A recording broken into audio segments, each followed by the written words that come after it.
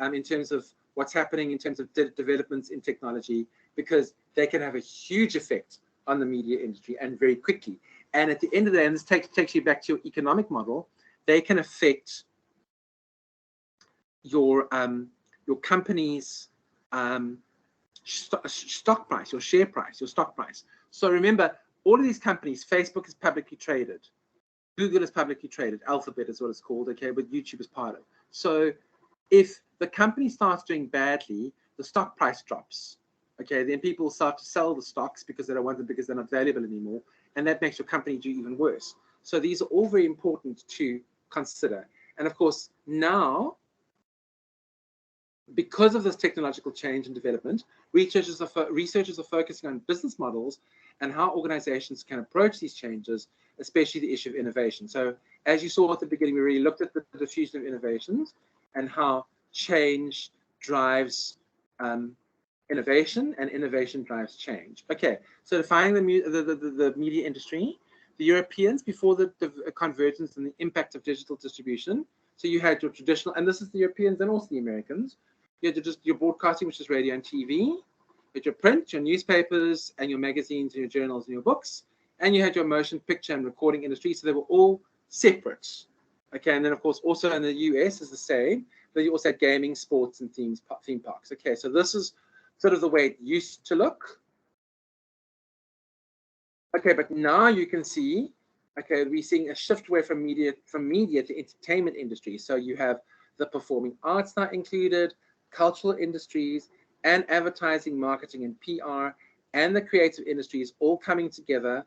Okay, and so you have all of these things. So you can argue that, and this is good for somebody like you, because you want to obviously study sociology at master's degree level.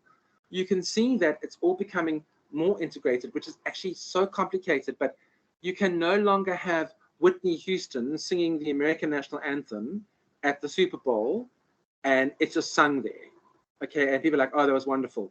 It's going to be filmed by everybody on their phones. So it's going to be advertised on TV and on the network and at the stadium, filmed by everybody on their phones.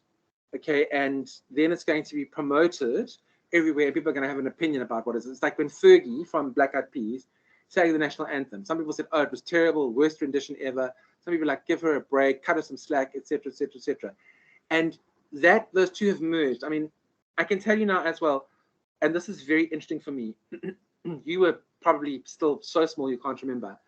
When the World Trade Center destruction happened on the 11th of September 2001, there was one video that they had of the first plane flying into the first tower. There was one video. Some guy happened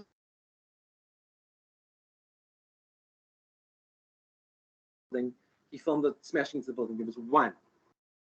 Okay.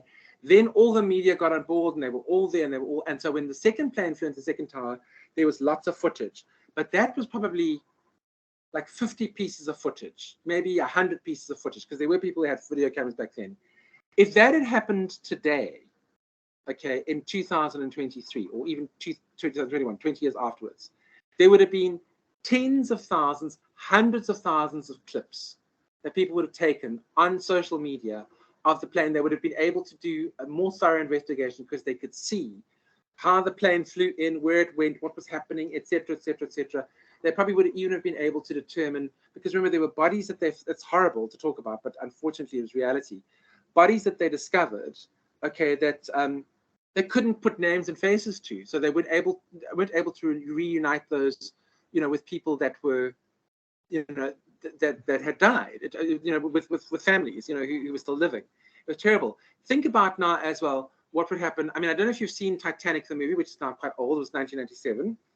If the ship Titanic had sunk in 2023, 111 years after it was, you know, after it did sink, first of all, it wouldn't have sunk because you could now go onto a floating life raft made of, you know, plastic or whatever, you know, Kevlar or whatever it is. But people probably still have died because the water was so cold, okay?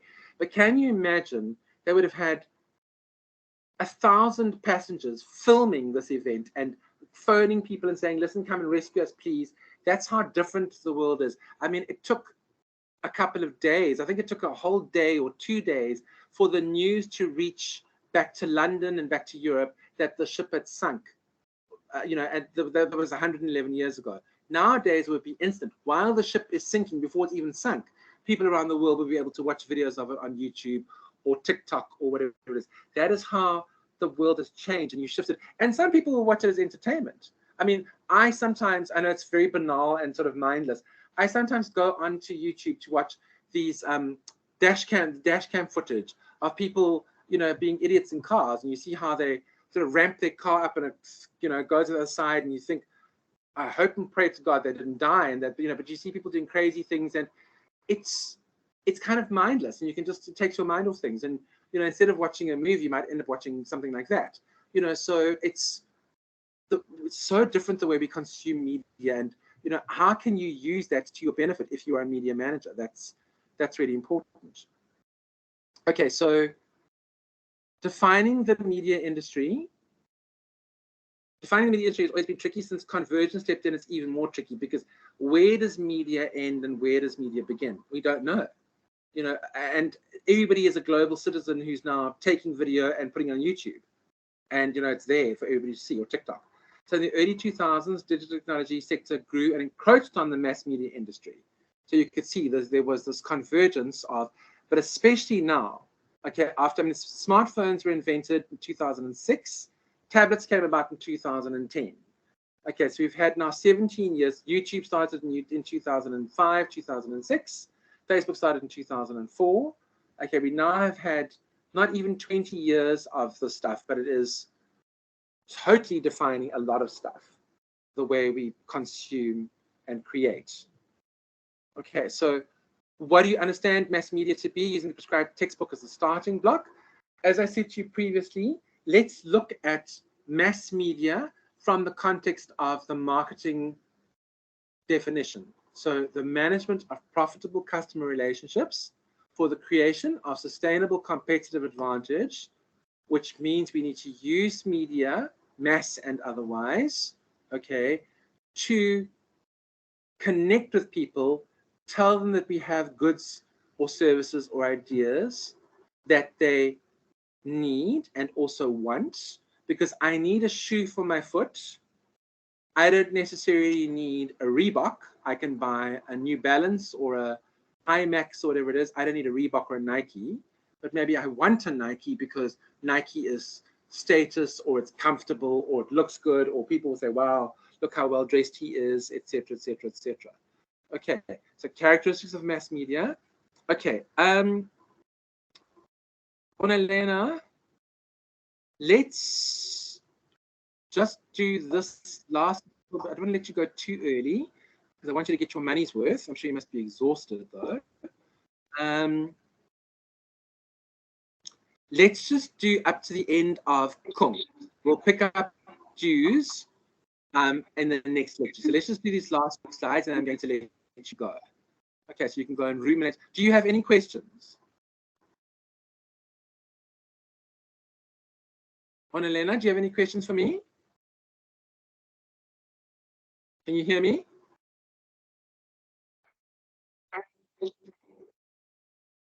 I can't hear you. Sorry, can you hear me now? I can't hear you. I don't know why. Sorry. I didn't hear anything you said before. Oh, gosh, I'm so sorry. Sorry. What I was saying to you is, do you have any questions for me?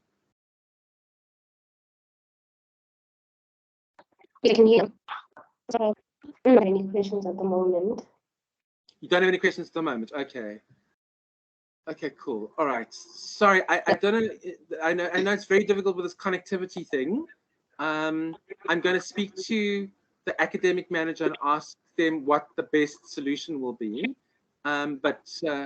Yes, have you missed a lot of the lecture today? It's just been at times when the connection has gone a bit funny. Okay. Has it been a lot?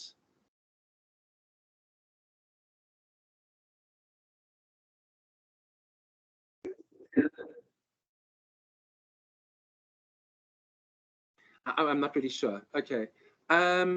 Okay, I'll have a chat with the academic manager, and then we'll take it from there. Okay. All right, cool. Okay. All right. So the characteristics of the mass media. Let's go through these, and then I'll let you go. All right. Okay. So the characteristics of the mass media, media products. Okay. So their value derives from their immaterial attributes, the originality, the intellectual property, the messages, the stories they contain, to engage and manipulate perception, experience, and emotion. So, okay, you might say, well, what exactly is a media product? You could argue that a media product is a show. So it could be like, a show on like an Inside Story on Al Jazeera, or it could be, a TV arm of a media conglomerate, or it could be an internet company. These are all examples of traditional mass media products are based on technologies that allow the mass duplication of material, physical or electronic. Now, the problem is, where does mass begin and where does not mass end? Because if you have a video on YouTube that is watched by 1 billion people, YouTube is traditionally not really mass media, but if 1 billion people have watched it, is it then mass media? At what point? And we don't know. It's very hard to define. Okay, but that is something to keep in mind. Okay, so mass media products are heterogeneous. Each one is unique. Okay, so heterogeneous means they're all different. Okay, so TV versus radio versus newspaper versus a pamphlet or a flyer. The public taste or the preference always changes. There's a higher degree of product risk. So if you have a TV station, it might fail, or if you have a radio station, it might fail. Thus, there needs to be constant product innovation, which is a fundamental requirement of, but I would even say this is not true just for mass media. I'd say it's very true, especially for new media. Digital media is even more so. Okay, so the value of media products is the knowledge and creative inspiration of those creating the content. But again, as well, the lines have become so blurred between the two. Where do you separate them? Because everything we've discussed over here now, you could argue is also unique, is also relevant, sorry, it's also relevant to YouTube and to TikTok and to, the other things. It's not necessarily mass though. Mass media delivers an identical message to a potentially unlimited audience. Okay, you could argue that that is still true up to some extent if you're watching a TV show, if you're watching a news program, okay, but not necessarily the case. You could also argue that in some cases, social media or digital media also delivers an identical message or a very similar message to a potentially unlimited audience. Okay, so it's quite challenging to see, how things are emerging. Okay, Onelena, we're going to stop there. I see there's a message that you sent me a message, possibly. Let's see. Oh no, it's fine. It was earlier on. I could hear you now. Okay. Okay, can you hear me now? Yes. Okay. All right, cool. So I was trying to say, what I was trying to, I was trying to ask you, how much of today's lectures has been buffering and difficult to hear, and how much of it has been clear? Can you give me a percentage? I think it's been clear about 80%. Okay. And 80% would be when we try to watch videos. I think having a lot of things open and running at the same time is a problem, like having YouTube and the meeting going on is a problem. Okay. But yeah, everything else has been fine. Okay, perfect. Okay, cool. Fantastic. I see the recording is, why did the recording stop? Oh, glory. I don't know why the. Okay, I think it's on. That's weird. Okay, look, I hope it recorded. I must just see, because we did try. I did try and it is recording again. Okay, that's strange. Yes. Okay. Okay. So, Onelena, do you have any questions? Are you beginning to get a feel for, does this all make sense? So I know it's a lot of information to take in a 4.5-hour lecture. Does it make sense? Are you getting a feel for it? It kind of makes sense. I just want clarity on one thing regarding the module. Yes. I just want to understand. So we're going to be focusing on how marketing works and branding in mass media. We're going to be focusing on how marketing and branding works in all media. not just Yes. mass media. Okay. Okay, so so remember what I said to you, as I don't know if you saw this on the slides. Your function and your job when you leave Boston and with your BBA and you now start working, okay, Yes. is to be able to solve a problem for the company that you're working for, or to solve a problem for the client if you are the owner of the company, okay?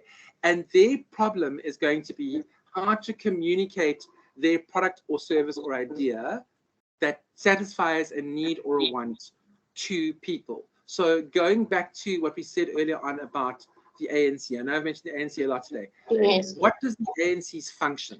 The ANC's function is to create a political party, at least in theory, okay, that includes all South Africans, irrespective of race, color, creed, orientation, position, status, economic circumstances, whatever it is, for the benefit of, at least in theory, on paper, okay? So your job as their media manager is to communicate that message to the electorate so they will go and vote for the ANC. If your job was as the media manager for Coca-Cola, your job would be to convince people that Coke is a feel-good brand, and when you open the bottle of Coke, you're not just getting sugary caramel water, you're getting a cool American product that makes you feel better about yourself as a human being. Okay, and that's where the whole psychological, message comes across, which is, you might say, Rob, that's not relevant to media. Of course it is, because the very medium that you use can itself be the message. This is something that was discussed 50 years ago in media studies, where they said the medium is the message. So if you use TikTok, can you still hear me? Yes, I can still hear you. Okay, cool. If you use TikTok, if your medium is TikTok, what are you saying? I'm young, I'm hip, I'm cool, I'm changeable, I'm digital, I'm woke, in inverted commas. That's what you're saying.